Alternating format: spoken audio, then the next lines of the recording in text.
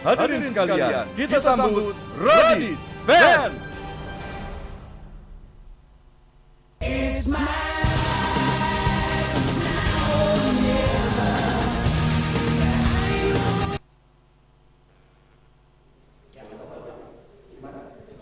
Cek.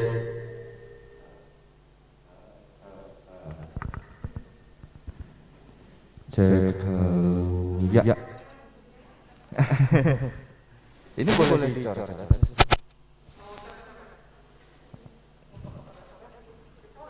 Iya, makanya. Harus. Oke. Ini harus pakai mikrofon ya buat teman-teman yang online. Kalau enggak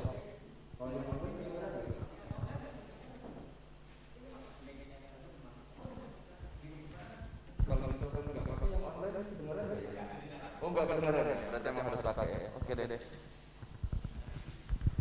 Enggak, soalnya ruangannya kecil, orangnya sedikit tapi pakai mikrofon rasanya aneh. Enggak Pak, maksudnya suaranya segala kan kayak apa ya? Nah, kayak gini aja enggak apa malah. Tapi tetap harus pakai ini ya supaya yang online tetap kedengeran. Oke, siap. Matur thank you, Pak. Just. Oke, bismillahirrahmanirrahim. Assalamualaikum warahmatullahi wabarakatuh, teman-teman. Wah, senang sekali ini bisa ada di kelas offline. Ini jujur kelas pertama saya offline. Luar biasa. Terima kasih buat Bu Intan yang sudah memberikan kesempatan di sini. Oke, tadi saya sebenarnya belum di briefing yang lebih lanjut ya dengan Bu Intan. Jadi udah kayak tahu bulat, jadi dadakan aja gitu kan. Mas bisa ngisi di kelas saya enggak? Apaan ini tadi? Bikin materi komedi. Oh ya sudah, ayo. Ternyata formal banget pidato apa tadi? Oh kemarin pidato rekreatif ya. Stand up. Oke. Iya. Jadi sebenarnya teman-teman pernah enggak teman-teman ngerasa seru-seruan lucu-lucuan di tongkrongan? Pernah? Pernah ya? Mungkin di angkringan atau di kumpulan di kos gitu lagi ngumpul terus cerita-cerita lucu aja gitu. Pernah ya? Pernah. Pikirkan enggak? Sebenarnya lucu itu ada formulanya, ada rumusnya. Ada rumusnya sebenarnya. Ini saya ambil dari beberapa yang disampaikan oleh Mas Panji waktu itu. Yang pertama komedi,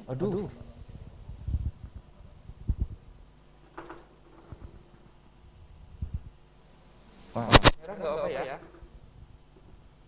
Kita perlu kenalan dulu ya sih. Udah ya cukup ya. Tak kenal maka tak kenalan sih. Berarti sebentar, komedi itu butuh target. Ingat enggak? Teman-teman di tongkrongan ada salah satu yang bullyable. Yang biasa jadi korban terus tapi ya kebetulan dia nggak tersinggungan jadi nganggap itu lucu-lucuan gitu kan dan dia malah balas-balasin temennya yang lain tapi selalu dia yang jadi bulian ada. Nah itulah yang rumusan pertama harus ada target. Kalau di tongkrongan itu paling enak tuh nyarinya. Kalau yang di stand up comedian kita bergerak lebih besar, targetnya siapa? Kalau yang paling gampang nyari target adalah people enemy, musuh orang banyak. Ingat nggak kalau teman-teman mengikuti perkembangan stand up comedy di Indonesia, yang paling sering kena siapa aja? Pasti orang-orang yang dibenci orang banyak. Misalnya ini maaf saya ngambil contoh Andika Kangen Band. Nah kan langsung kan dibenci orang banyak. Terus Farhad Abbas biasanya jadi targetnya dia, karena memang people enemy gitu loh. Orang-orang setuju kalau dia dihakimi. Yang terbaru kan Aldi Taher. Hampir semua komedian bahas tentang betapa konyolnya Aldi Taher. Mau bilang goblok gak enak ya. Dulu Pak saya masih di UAD ya. Nah, targetnya ini sebenarnya lebih ke mau mentertawakan siapa ya kan? mau dijadikan targetnya siapa? Yang paling gampang adalah diri kita sendiri. Contohnya siapa? Mas Tukul. Dia menjelek-jelekan dirinya sendiri kan. Dia menjelek-jelekan dirinya sendiri. Itu bahasan komedi yang paling aman. Orang nggak akan ngelihat, nggak akan tersinggung gitu loh. Kalau model Mas Panji kan dia nyerang banyak. Makanya banyak yang tersinggung sampai dia bikin show tersinggung oleh Panji. Saking banyaknya orang tersinggung sama dia. Yang paling aman ya Mas Tukul.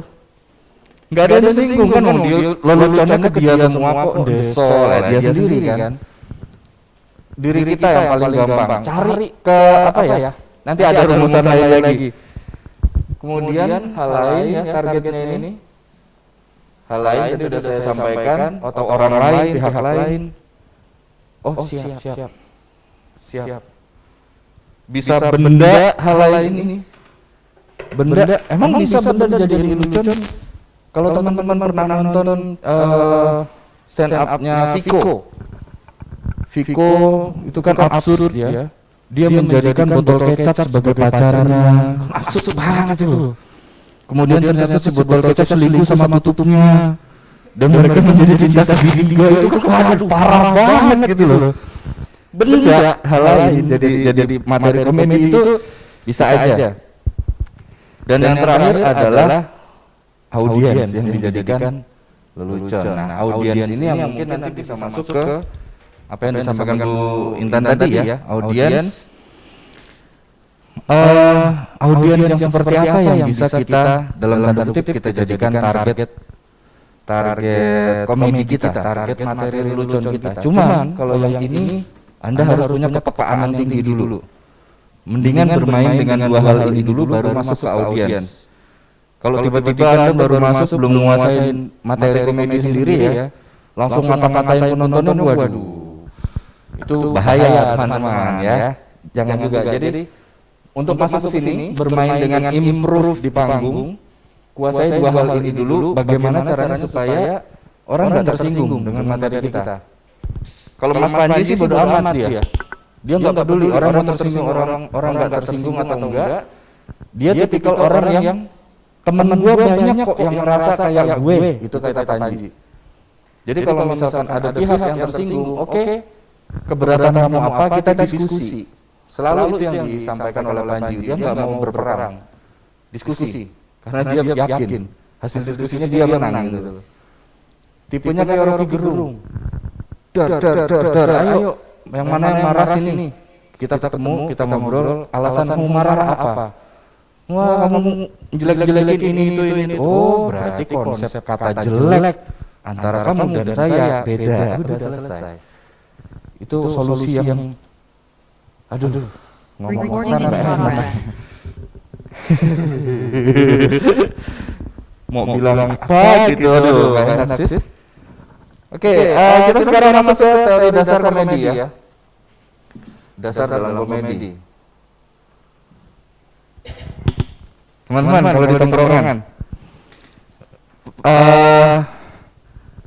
menjadi lucu selain ngejekin orang, ngejekin teman, kira-kira apa yang membuat lucu? Lupa. Hah? Wajah, muka, oke. Wajah, kemudian datang dengan muka yang lucu aja itu sudah punya nilai plus ya. Contoh stand up komedian yang teman saya, Benedict VT. Benedict itu, aduh maaf banget, kalau saya itu bukan tipikal orang suka jelek-jelekin orang ya. Cuman keadaannya memang udah gitu. Sampai ada materi stand up-nya dia bilang tipikal dia adalah tipe jokesnya itu anti jokes, jadi modelnya kayak Cak Lontong, menyampaikan fakta, tapi fakta lain yang di luar pikiran orang normal gitu. Nah si Benny juga sama, dia bilang saya tuh alergi dengan orang jelek, padahal dia sendiri kan gitu ya. Saya tuh alergi teman-teman dengan orang jelek, makanya sejak kecil sampai sekarang saya tuh nggak pernah berkaca.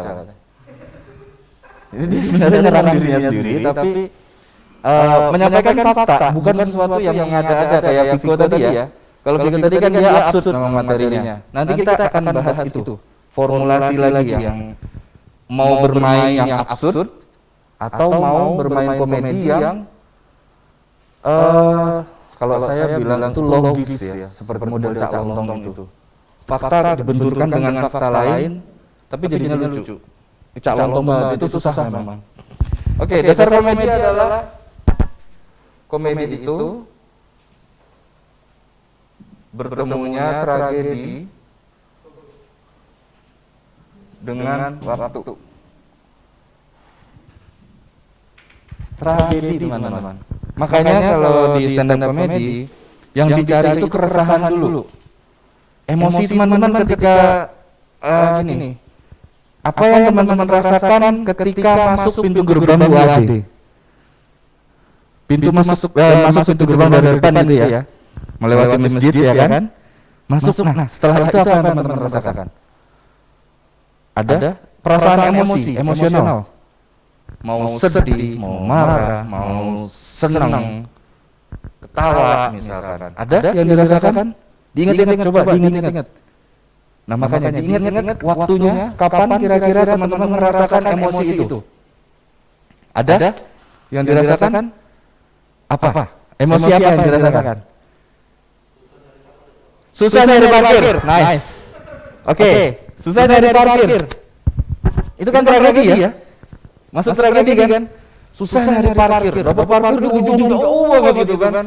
Saking jauhnya saya udah sampai Malioboro. Nah, itu kan absurd kembalinya. Waktunya kapan?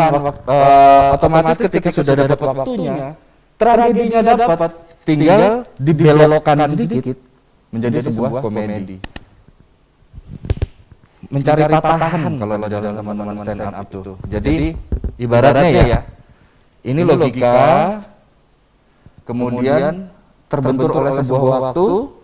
Logika berpikir ini tragedi tadi ya. Logika berpikir dan ini berupa sebuah tragedi terbentur oleh sebuah waktu. Kemudian kalau hasilnya cuman sampai solusi orang normal, cari parkir susah, akhirnya saya dapat parkir di ujung. Nggak ada lucunya kan? Dapat parkir di ujung. Nah, bagian di ujung ini kalian harus mencari fakta kedua. Ini kan fakta satu ya. Fakta satunya adalah dapat parkirnya otomatis jauh di ujung. Fakta pertama. Fakta kedua Anda harus mencari dan ini yang harus ada di pikiran Anda, tapi kemungkinan nggak ada dalam pikiran orang lain. Parkirnya jauh banget. Nah itu ini cuman sekilas aja tadi langsung lewat gitu ya. Jauh banget, saking jauhnya sampai ke Malioboro parkirnya baru dapat. Saking jauhnya saya narik Shopee Food dulu sama Orange kan. Waduh. Jangan. Coki Food. Nah, Coki Food ya Orange. Ya, jadi itu kan buat komedinya kan nilainya di sana ya. Saking jauhnya sampai keluar lagi, narik dulu deh. Coki Food tinggal ganti label Fred. Nah, itu bisa menjadi sebuah patahan. Nah, disinilah patahannya itu teman-teman. Anda tidak menggunakan logika orang normal, tetapi masuk ke dalam fakta lain yang bisa berhubungan, yang masih logis, tapi gimana ya? Masih logis tapi jauh dari pikiran orang normal. Kalau Pak D. Indro bilangnya gini, ketika Anda menyampaikan logika A, audiens akan berpikir setelah A, B. Komedi itu membuang B menjadi Z. Logikanya Om Indro dulu menyampaikan seperti itu. Komedi itu adalah ketika Anda menyampaikan logika A ke audiens dan audiens akan berharap lanjutannya adalah B gitu loh. Secara normal. Nah, Anda mematahkan ini, membelokkan ini, mengubahnya menjadi Z yang sangat jauh banget logikanya. Ada materinya Om Indro dulu tapi ini warkop ya zaman tahun 80-an teman-teman. Yang ceritanya Mas Nano itu berburu. Kalau Warkop DKI itu kan anekdot ya, dia tipenya cerita gitu kan, storytelling. Aku pergi ke hutan, aku mau berburu macan. Macan mau diapain? Mau diambil kulitnya. Tapi aku berburu nggak pakai senjata api. Senjata itu cuma 1 buah lidi. Gimana berburunya? Nah itu kan logika orang kan situ sudah berpikir ya, gimana sih berburu macan tapi nggak bawa senjata, nggak bawa perlengkapan apapun. Dia berburu pakai apa? Nah, logikanya itu kan sudah sampai di sini nih. Tragedinya dia sudah mau berburu dengan peralatan seadanya. Cuman ya akhirnya absurd sih. Dia melihat macan lagi tidur, dia injak ekornya, dia sayat-sayat pakai lidi, si macan itu lompat, kulitnya ketinggalan. Itu kan logikanya absurd banget ya. Tapi ya itu lucu gitu kan. Seperti itu. Jadi mengubah kan tetap sekilas iya juga sih ya, logis juga gitu kan. Atau ada juga formula yang lain. Sesuatu dikatakan lucu ketika teman-teman bisa membangkitkan memori. Membangkitkan memori audiens. Ketika audiens Anda berkata, "Oh iya ya, aku pernah gitu," terus ketawa. Jadi sebuah memori yang lupa gitu kan, atau mungkin dianggap bukan sesuatu yang serius gitu loh. Ketika teman-teman menyampaikan di publik, orang ketika membaca atau melihat, mendengar materi itu ya, dia tiba-tiba teringat, "Oh iya ya dulu aku kayak gitu," gitu kan. Itu yang mahir seperti itu. Kalau teman-teman suka model seperti itu, coba lihat Gilang Baskara. Gue itu rajanya. Observasi namanya, observasi komedi. Teman-teman kalau naik, ada yang pernah naik Gojek, Grab, pernah ya? Kalau dibonceng, biasanya kalau dibonceng itu biasanya kan ya cowok cewek sama sebenarnya. Cowok cewek itu biasanya kan kalau dibonceng teman sendiri nyantai kan. Ke depan ini kan ada pegangan temennya. Teman-teman kalau naik Gojek atau Grab, pegangannya pada di sini enggak sih? Kayak di game GTA tuh zaman dulu. Kalau naik motor iya kan? Pada pegangan di belakang. Mau ke depan kan ini siapa gitu kan, enggak kenal. Pegangannya di belakang. Terus ada momen nih kalau saya ya. Saya sendiri pernah merasakan momen kalau misalkan naik atau Grab, ketika sampai di tujuan nggak bisa buka helm lama gitu kan, masih di belakang sini udah dapat sesuatu ini ya mas ya, pakai OVO ya, oh iya mas buka kok angin gitu.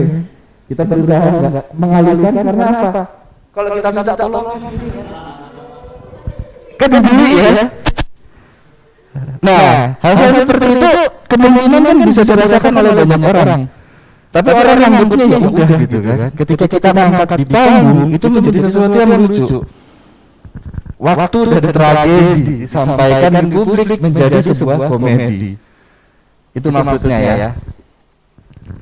Ketika waktu Anda membangkitkan memori di masa lalu dihubungkan dengan tragedi, perasaan yang sama, kondisi yang sama dengan audiens, maka itu bisa menjadi komedi. Ketika audiens mengatakan, "Oh iya ya, aku dulu gitu," gitu kan. Atau punya pikiran, "Oh iya, bisa juga." Misalkan belum pernah gitu kan. Belum pernah naik Gojek, belum pernah naik Grab. Ketika disampaikan gitu, "Oh iya ya, serem juga kalau kayak gitu ya." Makanya mending kalau naik Gojek Grab 100 meter sebelum sampai tujuan langsung. Oh, ini caranya. Biar kayak gini kan. Tolong dong Mas. Nggak enak banget ya. Aduh, ngos-ngosan sih. Napas dulu. Ternyata pakai masker. Oke, nah keresahan ya. Jadi memang tragedi ini nanti masuknya ke apa yang teman-teman rasakan. Keresahan.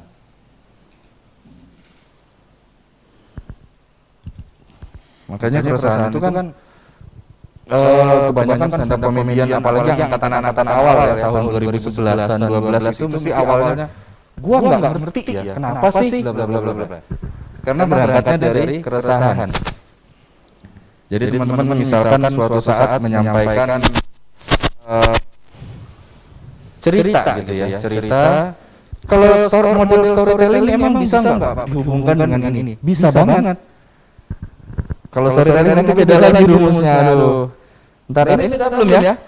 Sudah ya? Saya hapus boleh ya? Oke.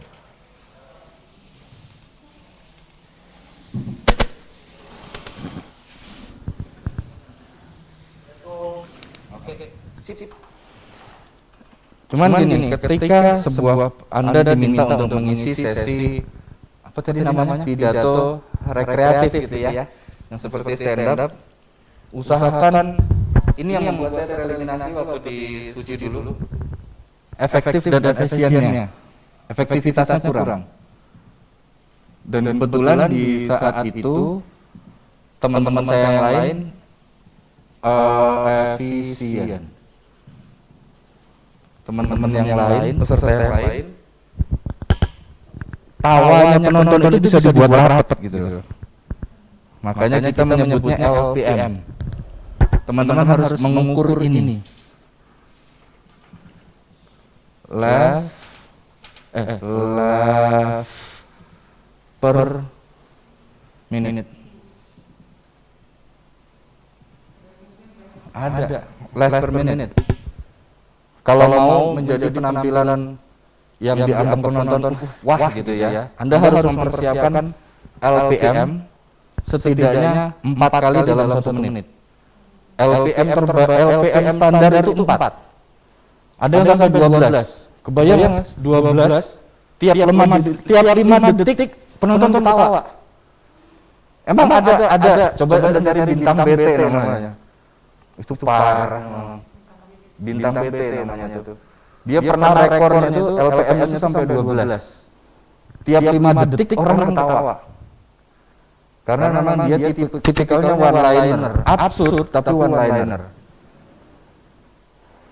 Kalau orang lain yang membawakan mungkin nggak lucu gitu loh. Yang bisa ya cuma dia. Karakter tiap orang beda-beda ya teman-teman. Yang ideal itu 3 itu sudah bagus lah dalam 1 menit. Jadi Anda menyiapkan materi, teksnya dulu ya, harus rajin menulis teman-teman. Nulis tetap harus. Stand up yang improve itu emang nggak boleh? Boleh, tapi rata-rata yang improve itu udah punya pengalaman puluhan tahun. Contoh Cak Lontong, Soleh Solihun, Mongol. Itu dia sebelum masuk stand up aja udah dianggap orang gila gitu kan. Iya si Mongol tuh apalagi. Dia mau di tongkrongan, mau dimanapun disuruh ngelawak jadi. Cak Lontong sama Soleh sama, pokoknya kalau dikasih mikrofon, udah terserah dia mau ngomong apa yang penting lucu.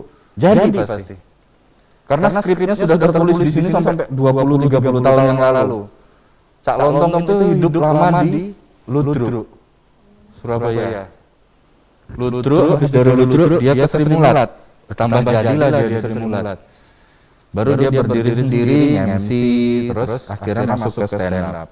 Nggak pernah nulis materi yang ribet gitu kan. Tapi kalau masih memulai, alangkah baiknya tulis setiap kalimat materi Anda. Saya udah habis sekitar 3 buku kayak gini teman-teman untuk menulis materi stand up dari tahun 2011. Tulis, wah yang ternyata yang ini nggak lucu, ulang, hapus, coret gitu ya.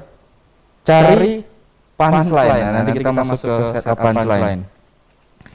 Ini LPM ya, efektif dan efisien. Kenapa sih ribet banget? Aku kalau di tongkrongan aja bisa lucu kok. Ngapain sih ribet banget pakai rumus-rumus, pakai nulis segala macam? Boleh sih, berpikir seperti itu boleh banget. Nggak ada yang salah. Tapi teman-teman saya bahkan termasuk Cak Lontong yang sudah super gitu ya, improve. Dia pernah mengatakan dalam bahasa Indonesia gini. Pertama yang harus kamu lakukan, kamu bermain dengan aturan dulu. Dalam artian belajar teorinya. Terapkan teorinya. Setelah itu lupakan aturan, mainlah dengan hati.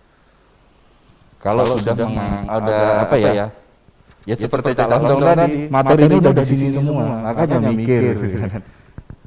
Modelnya Cak Lontong, Soleh-solihun, Mongol gitu kan. Cuman ya karakternya kembali ke karakter kita pribadi masing-masing.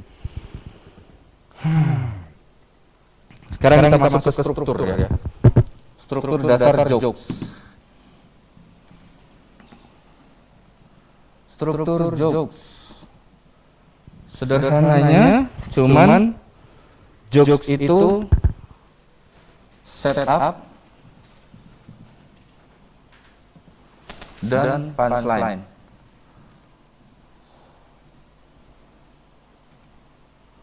Setup, punchline. Ini yang paling sederhana. Setup ini ya, bagian tidak lucu. Setup bagian yang enggak lucu. Jadi bagian yang apa ya? Pengantar logika. Premis. Nah, lebih tepatnya itu. Premis, pengantar logika, atau pengarahan. Nah, pengarahan logika penonton. Pengarah logika. Kemudian punchline, inilah bagian lucunya. Bagian lucu. Terus bisa menggunakan majas di sini. Tadi yang contoh soal parkiran saya menggunakan majas hiperbola kan ya. Saking jauhnya. Nah, saya akhirnya nemu parkir di Malioboro. Nah, itu dia. Hiperbolik. Bisa menggunakan what if. Gimana jadinya ya? Kalau misalkan parkiran UAD bertingkat. Bertingkat ada yang di atas, di bawah gitu kan, buat tingkat. Jadi biar enggak kejauhan. Dan di sini ada pengarah logikanya kan. Setup bagian punchline-nya adalah pematah logika.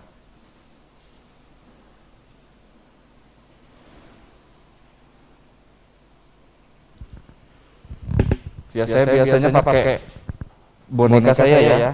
Kalau misalkan perform dan boneka saya ada salah satu materinya boneka saya ya, bukan saya. Boneka saya bilang, wah Kak Radit ini, Mas Radit ini punya 3 kesamaan dengan saya. Sama-sama suka warna pink, sama-sama suka main boneka, dan sama-sama suka cowok. Boneka saya yang bilang, boneka saya. Enggak, padahal kan enggak gitu kan, itu buat lucu-lucuan. Makanya itu maksudnya pematah logika. Ketika logika penonton enggak ada yang mikir sampai ke sana. Tapi boneka saya ternyata ngomong gitu kan. Nah, saya membantah lagi. Nah, kalau dengan boneka saya enaknya itu, jadi bisa tek-tok ya. Meskipun sebenarnya saya ngomong dengan diri saya sendiri juga gitu kan. Tapi kesannya seperti tek-tok, sketsa. Pengaruh logika dan sebagainya gitulah. Ngos-ngosan ternyata pakai masker itu kalau ngomong terus parah. Iya.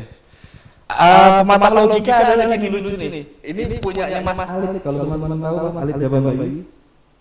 MC Kondam Jogja ya. Nah, Mas Alit itu parah pematahan logikanya. Jadi dia cerita waktu itu saya ke kosan cewek saya. Ke kos-kosan cewek saya ketok. Wah, enggak dibukain pintunya. Ngelihat di bawah ada sendal cewek saya dan sepatu cowok. Siapa nih? Dia ketok-tok, dia buka-buka pintunya, dia berusaha untuk mendobrak, kok nggak bisa kebuka ya? Oh, ternyata rolling door. Buka. Itu pematahan logika. Ketika audiens berkata, oh mungkin kuncinya kenceng banget tuh kunci pintunya. Ternyata rolling door, mau didorong juga nggak bakalan buka ya kan? Itu logikanya logis, tapi di luar pemikiran orang normal. Kembali ke yang seperti kata Indra tadi, ketika orang berpikir B, ternyata pemahaman logikanya ke Z. Di luar pemikiran apa masih nyambung? Itu susahnya mencari kelucuan. Yang paling gampang, kalau yang paling gampang apa? Ini nih. teman-teman sastra Indonesia menguasai semua, yakin? Ya kan? Majas, bermainlah majas. Tapi majasnya yang sedikit absurd mungkin, sedikit jauh kembali ke karakter teman-teman sendiri. Sama-sama berjalan teman-teman. Sekilas ini dasarnya. Pengembangannya ada yang model kembali ke personality ya. Ada yang typical jokes one liner. Ini seperti yang bintang BT itu. Jokes one liner, ada yang rule of three. Ini yang materinya si boneka saya tadi. Sama-sama kami berdua punya 3 kesamaan. Sama-sama suka warna pink, sama-sama suka main boneka, dan sama-sama suka cowok misalnya. Itu rule of three. Kalau banyak yang bilang kan tetap dar. Jadi ada setup, punchline. Itu rule of three ini dipakai banyak hal, termasuk fotografi seingat saya. Yang 3x3 frame itu rule of three. Ada yang karakternya absurd. Materi-materi yang absurd. Kayak si Viko tadi ya, pacaran sama botol kecap itu kan absurd banget kan. Absurd, ada yang observasi. Harus mengobservasi dulu. Kalau contoh materi observasi kayak yang Gojek Grab tadi. Diobservasi kejadian sehari-hari, kemudian disampaikan ke publik. Jadi sebenarnya cuma nyeritain ulang gitu. Tapi ketika publik merasakan, oh iya aku merasakan tragedi yang sama di waktu yang mungkin berbeda. Nah itu jadinya menggelitik gitu loh. Observasi ada yang modelnya kombinasi ya, absurd dan deadpan. Deadpan ini seperti Dodit. Lemas, diem, nggak terlalu banyak aktif ya. Selamat pagi khalayak. Wes itu. Dodit banget. Deadpan. Benedict juga deadpan tipenya. Kalau luar negeri itu sekarang jadi komedian termahal di Amerika, Adam Sandler. Itu deadpan. Dia lemas gitu kalau di atas panggung. Modelnya, nah ini terserah teman-teman nanti selera ini. Tiap orang, Anda nggak bisa memaksa gitu kan. Aku tuh sebenarnya lebih nyaman cerita kayak Dodit. Tapi aku pengen nyoba kayak Ge Pamungkas yang petakilan di atas panggung gitu. Jangan. Jadilah diri Anda sendiri. Kalau Raditya Dika bilang itu namanya persona. Kamu pengen dikenal audiens sebagai seorang yang bagaimana? Personanya seperti apa? Di sini kita coba sing permainan sedikit ya. Ketika kita bicara tentang cinta, nah, cinta menurut saya, menurut Anda, menurut Bu Intan, menurut supir truk, mungkin beda kan? Coba sekarang saya mau nanya di sini. Mulai bermain ya. Bermain, nggak harus lucu. Kita buat premis sekarang. Ketika ada cinta, kata cinta, Anda melihat cinta itu seperti apa? Nah, ini sedikit salah satu contoh ya. Nanti satu-satu aja boleh. Anda melihat cinta, perasaan cinta itu seperti apa sih? Ini ada salah satu komika dari Makassar, waktu itu saya ngisi workshop di sana. Dia adalah seorang tukang batu. Dia seorang tukang batu. Dan ketika ditanya, cinta menurut kamu apa? Cinta itu seperti batu dan gerobak. Ketika mereka bertemu, mereka saling membantu meskipun terasa berat. Tapi ketika berpisah, yang satu menjadi rumah, yang satu tetap bekerja. Anjay, gitu kan. Ya itu kan sudut pandang seorang tukang batu ya. Nah menurut Anda seperti apa? Coba aja. Silahkan dicoba. Atau yang online mungkin ada yang bisa nyaut gitu ya. Cinta menurut Anda apa sih gitu? Cinta itu seperti kertas dan pena. Cakep. Thank you, makasih. Coba berpikir mencari sebuah premis ya. Nggak usah nyari lucunya dulu. Cari premisnya dulu. Cari bagian ini dulu. Bagian nggak lucu dulu. Premisnya dulu. Soalnya kalau punchline itu biasanya dari satu premis kemungkinan menjadi punchline itu bisa banyak. Nanti Anda pilih salah satu yang paling lucu. Nah, itu yang dibawakan. Silakan. Anda melihat cinta itu seperti apa? Terlalu susah kata cinta. Cerita indah tentang cerita indah di Jogja. Nah, cerita indah di Jogja. Kan bisa tuh, sudah jadi premis.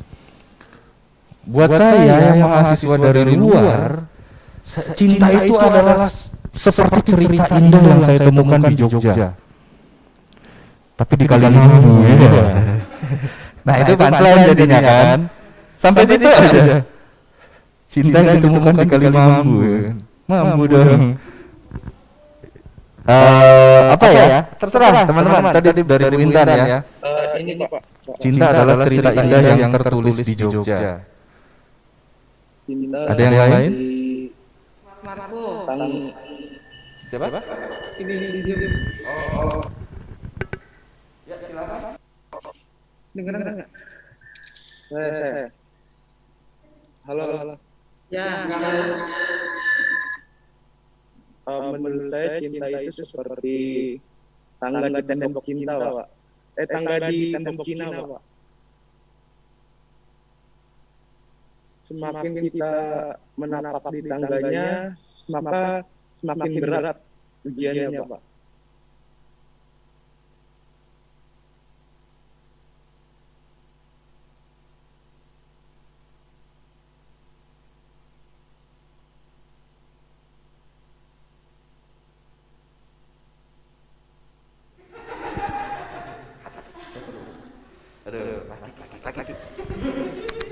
Ya, menapaki tangga di tembok Cina, semakin ditapaki semakin terasa apa tadi berat gitu ya.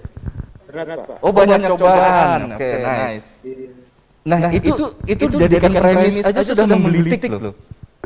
Kalau ditambah lagi pecahan masuk ke bagian lucunya, ditambahkan lagi ke punchline ini ya. Pematah logikanya atau majas. Saking beratnya, waduh. Itu ditambah lagi yang absurd misalkan. Apa ya? Saking beratnya. Nah, Tokopedia. Saking beratnya, Tokopedia aja langsung bangkrut. Waduh. Langsung nyambung Tokopedia. Mungkin kita ganti topik deh. Kalau yang ini kita bermain di kampus kita, ya. Coba ditulis ini, saking gedenya. Saking, ini udah ditulis, saya tulis semua ya. Saya coba hapus saja. Kalau yang ini jangan. Yang ini aja. Nah. Puas.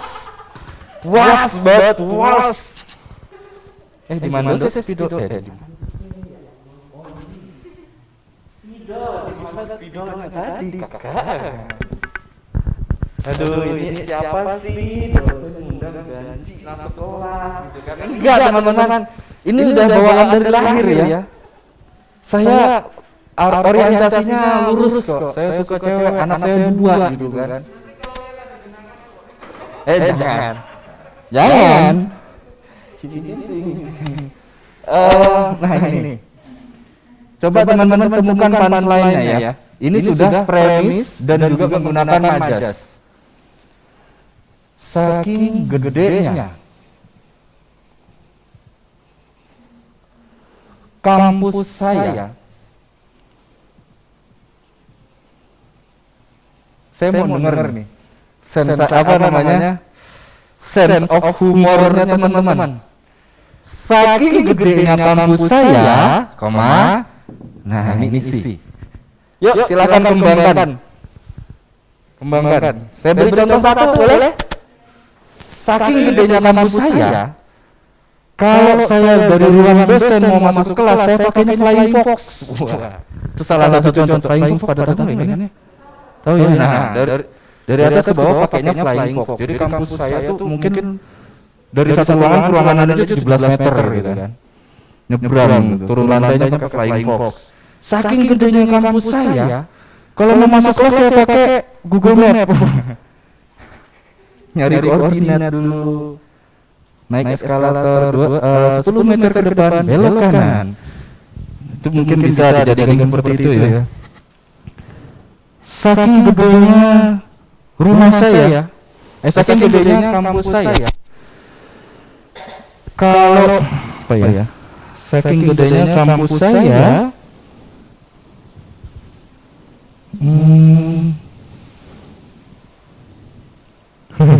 Saking gedenya kampus saya. UAD masih ada aturan ini nggak sih? Mahasiswa nggak boleh gondrong? Sastra enggak kan? Aman dari dulu Jos. Yo. Oh iya, cuca ya?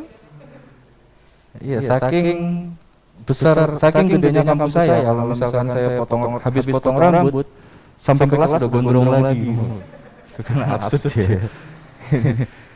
Sampai kelas udah gondrong lagi gitu kan. Saking gedenya kampus saya, mau parkir serasa touring.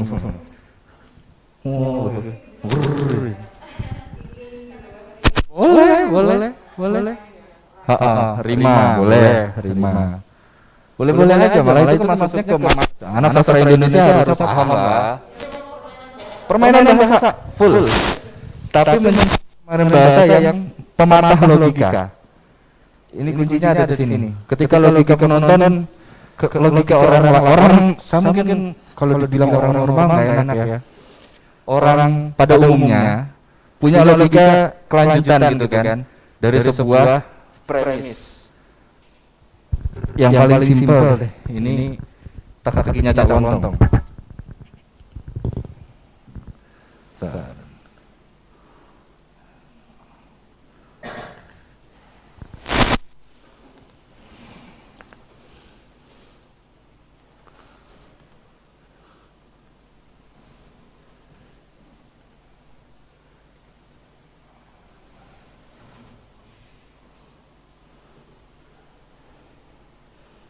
Nah, Presiden Amerika sekarang apa? Joe Biden ya. Presiden Amerika sebelum Joe Biden adalah, nah itu logika orang normal. Jawabannya adalah Presiden Amerika sebelum Joe Biden adalah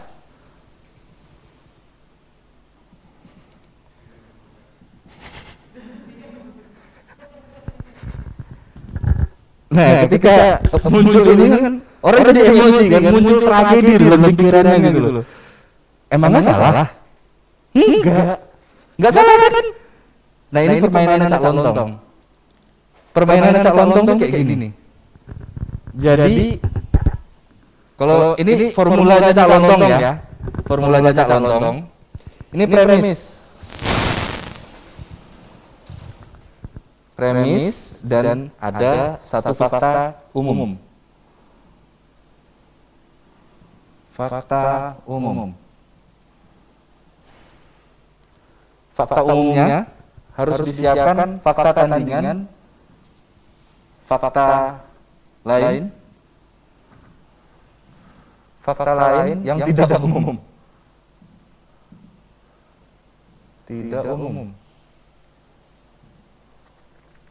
Nah, oleh Cak Lontong yang ini dibenturkan model Cak Lontong. Jadi ada fakta umum. Jadi ketika membuat sebuah materi, logikanya Cak Lontong itu langsung membuat dua fakta. Kadang dia butuh teman. Kalau Presiden Amerika itu menurutmu siapa? Sebelum Joe Biden? Donald Trump. Dia kayak survei. 5 orang menjawab Donald Trump semua. Oh ya udah. Berarti kalau aku ganti dari Amerika, nggak ada yang berpikir seperti itu. Ini logikanya Cak Lontong. Makanya kan body shaming ala Cak Lontong banget loh. Dulu si apa namanya? dulu Bu Intan ini nggak gemuk kayak gini loh, cuma nggak langsing aja. Nah itu fakta, ini contoh ya sis, contoh aja. Dulu Mbak Intan itu nggak gemuk kayak gini, cuma gemuk itu cuma nggak langsing aja. Sama sebenarnya kan, fakta lain kan dibenturin aja. Dan itu pakai majas, apa namanya? Istilahnya apa yang mempertentangkan itu nggak hafal ya. Mempertentangkan ya kayak bermain Antoni sebenarnya kan, cuma dibolak-balik gitu loh. Itu modelan Cak Lontong. Saya lupa namanya. Cak Lontong tuh suka main majas-majas. Pakai what if juga sering. Oh bisa banget. Aku pernah di PBSI dijadiin kaget dikasih tahu ternyata ada yang meneliti loh majas-majas yang digunakan dalam penampilan stand up di Suci. Ada yang meneliti itu. What if itu observasi biasanya pasangannya ke observasi ini.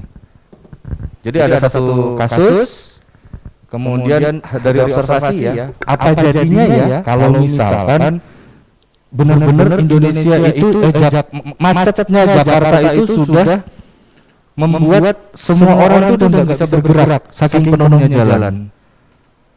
Apa jadinya? What if? Jadi bisa dibayangkan, nah biasanya habis itu di act out kan, diperankan, naik mobil gitu kan, ketemu dengan teman kita, ke jendela gitu, ya duluan ya, kok nggak gerak, yuk, masih di sini, nah. Kita main gaple aja gitu kan, akhirnya keluar gitu kan, nah itu what if. Jadi kalau misalnya apa jadinya ya, kalau misalkan di UAD disiapkan roller coaster, parah.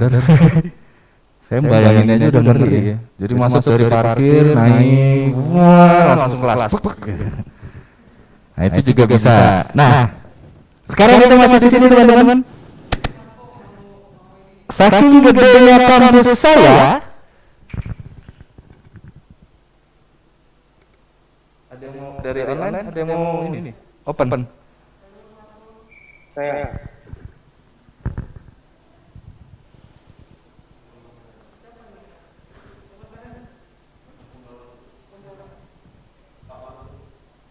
silakan Marco.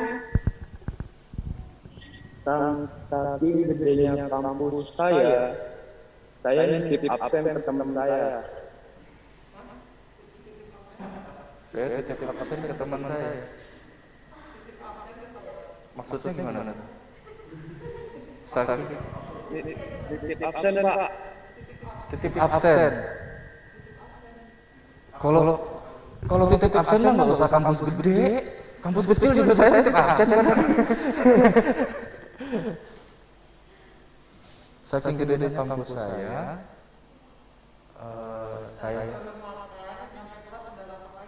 nah itu keren tuh. Saking gedenya kampus saya makan, masuk kelas, lapar lagi gitu. Saking jauhnya jalan gitu kan, kegedean kampusnya. Nice, itu keren. Yuk yang lain yang di sini. Ya.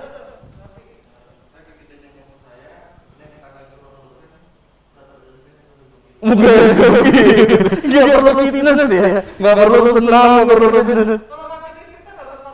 Iya sih, tapi turunnya sampai 5 kilo gitu. Sampai ruang dosen, kamu siapa? Udah beda, udah kurus. Keren, nice. Ada lagi yang lain? Seru nih kayak gini nih. Ya.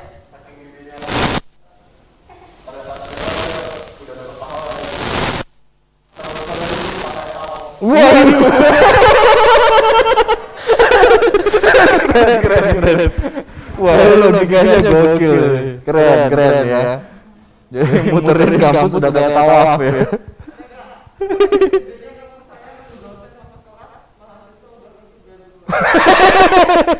Itu lucu.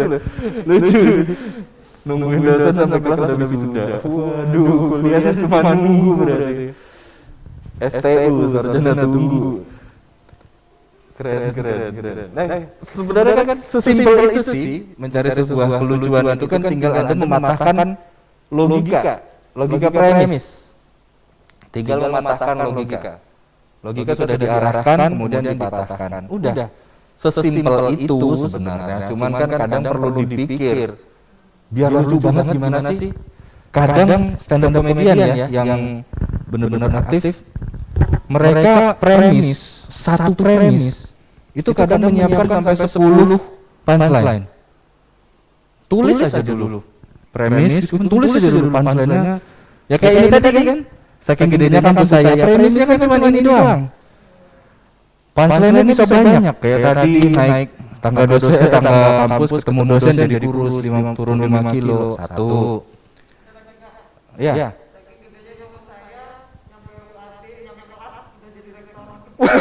Parah. Nah, itu kan ada lagi. Tulis lagi apa namanya? Premisnya apa? Punchline-nya apa aja? Sebanyak-banyaknya nanti. Kalau misalkan mau dipakai semua emang bisa banget, bisa aja. Saking gedenya kampus saya, sampai atas saya jadi rektor. Sampai kelas jadi rektor gitu kan. Tadi yang tadi itu loh. Wah, kalau langsung habis. Jadi kayak naik gunung gitu kan, kayak jadi bekal gitu kan. Tadi sampai kelas sudah jadi rektor. Keluar kelas udah pensiun. Saking gedenya. Keluar kelas pensiun. Nah, itu kan 2 punchline dijadiin 1. Ada lagi di sini yang mau nambahin? Ini keren gitu. Keliling kampus berasa tawaf. Parah, lucu banget, parah. Oh iya, berasa tawaf keliling kampus. Gokil, lucu. Nah, saking gedenya kampus saya, kalau pas musim kemarau, berasa di Sahara. Luas banget. Apalagi? Anak futsal mana nih anak futsal? Atau misalkan saking gedenya kampus saya jadi tuan rumah Piala Dunia. Waduh. Lapangan bola di tiap lantai. Saking gedenya. Absurd sih. Nah, itu kan biasanya tergantung dari minat ya. Nah, ini kan mungkin agamis ya. Berpikirnya tawaf loh. Logikanya aja tawaf, saya aja enggak nyampe gitu. Logikanya aja tawaf. Terus mungkin anak futsal, nah mungkin yang suka olahraga, suka diet, jaga pola makan, berpikirnya ke arah olahraga. Itu memang sudah nggak bisa ditahan ya. Kembali ke personal masing-masing. Seperti tadi logika tukang batu itu ya teman-teman. Pikirkan di orang lain, tapi dia terpikir oleh dia karena dia seorang tukang batu. Orang yang agamis tawaf gitu kan. Saking gedenya kayak di Mekah nih. Yang suka traveling mungkin, atau yang suka naik gunung tadi ya mungkin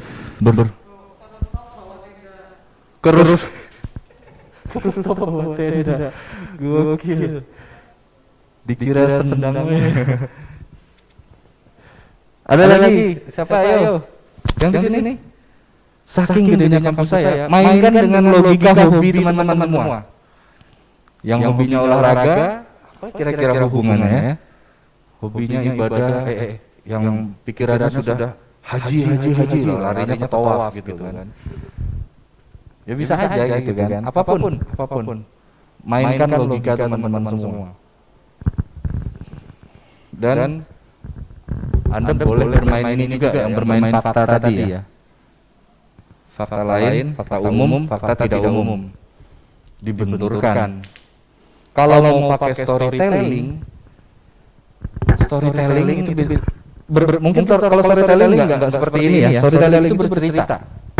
Di Indonesia yang hebat storytelling itu ada Ari Kriting, Dani Deller, siapa lagi ya cerita sukanya storytelling? Indra Jegel itu juga. Indra Jegel, terus sama Muhammad Sabek dari Makassar. Sebenarnya kalau storytelling itu kalau mau nyari yang gampang, Anda logika berpikirnya seperti ini. Anda sebagai orang waras, di antara orang gila. Maaf, sini saya nggak pakai ODGJ ya. Saya pakai istilah gila. Karena gila di sini bukan mengacu ke ODGJ, tapi orang-orang yang punya logika gila. Anda orang waras di tengah orang gila, pasti merasa nggak nyaman kan? Mau ngapain salah gitu kan? Anda orang jujur di tengah koruptor. Anda cerita tuh, lingkungan saya lingkungan koruptor semua. Saya mau fotokopi bayar 500 ditagih 1000. Itu contohnya. Cerita kan jadinya. Atau sebaliknya, Anda tuh orang gila, punya gila dalam artian positif ya teman-teman. Tapi di tengah-tengah orang waras atau orang-orang yang standar gitu loh. Anda gila karena Anda seorang yang punya pemikiran out of the box, punya pemikiran yang visioner ke depan gitu kan. Tapi sekitaran Anda orang-orang yang terperangkap di zona nyaman. Nah, Anda bisa cerita di situ bagaimana kegilaan Anda berhadapan dengan orang-orang di sekitar Anda yang biasa-biasa aja gitu kan. Itu kalau storytelling, ini tambahannya. Masih 15 menit lagi jam berapa? Jam? Setengah 12 Jumatan ya. Yuk, masih ada di sini saking gedenya. Ada yang mau nambahkan lagi? Saking gedenya kampus saya. Tadi yang terakhir itu lucu parah. Sama yang tawaf juga, aduh. Gokil. Keliling kampus berasa tawaf. Parah. Yuk, ada yang lagi? Saking gedenya kampus saya.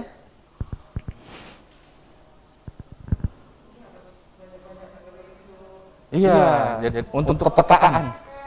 Mikir kayak maksa jadinya kan. Iya, memang spontan. Sudah terbiasa, mungkin terbiasa di tongkrongan, terbiasa ngumpul sama teman-teman yang isinya bullyable gitu ya. Dekannya sekarang siapa ya? Oh, Pak Nizam, Pak D. Iya, itu orang-orang storytelling itu tadi. Orang gila di tengah orang waras atau orang waras di tengah orang gila. Iya. Banyak kan ketawanya. Sesuatu yang dianggap lucu itu kan kalau bertentangan loh teman-teman. Bertentangan logika. Masuk akal kan? Ya, kayak siapa? Saya favorit saya sekarang Cak Lontong. Dia bermain logikanya kan parah. Parah banget.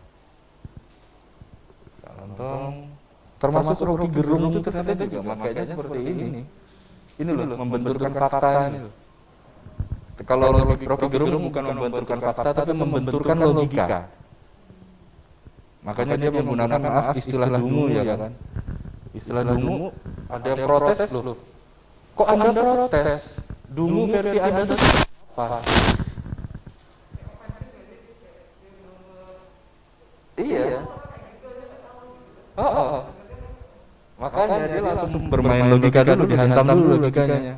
Ketika orang bilang dungu itu kan bodoh lah, berarti pemikiran Anda dengan saya beda. Dungu dalam versi saya adalah orang-orang yang nggak bisa berpikir seperti saya. Tambah gila lagi kan, pusing lagi. Filsafat dilawan ya. Nah, kalau Rocky Gerung masuknya ke ini sebenarnya formatnya.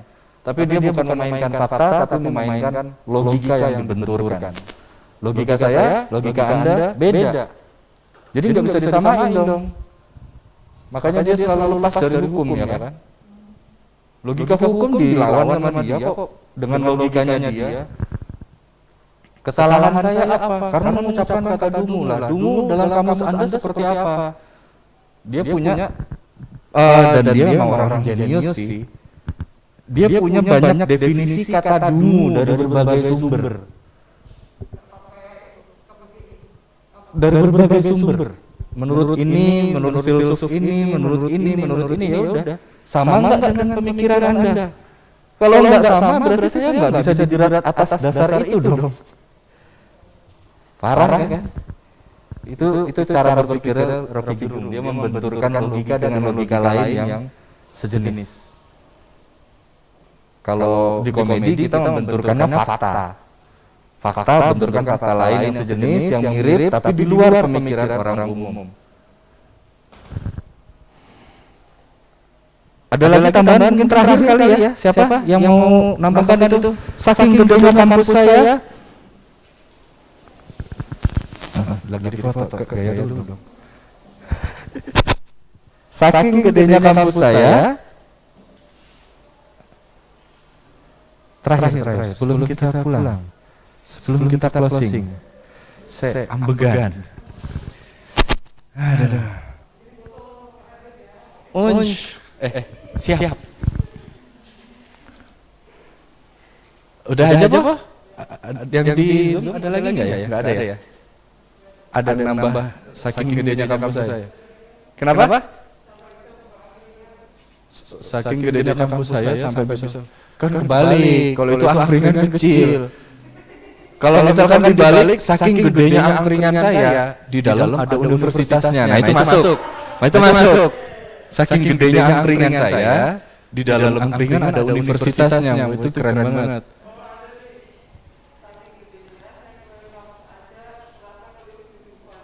Waduh, di depan banyak wahananya dengan kampusnya. Sip. Kayaknya kita ini sudah cukup jelas kan teman-teman, ini masih basic sebenarnya. Kalau mau dilanjutin sebenarnya masih banyak sih. Mau tipenya siapa itu kan beda-beda lagi. Oke, segini aja ya teman-teman ya. Mungkin kapan-kapan nanti kalau misalkan mau nanya-nanya, diskusi segala macam bisa ke Instagram saya. Bisa ke DM aja atau ke WhatsApp juga boleh. IG-nya ya. Radit kok tinggi _ fan. Oke.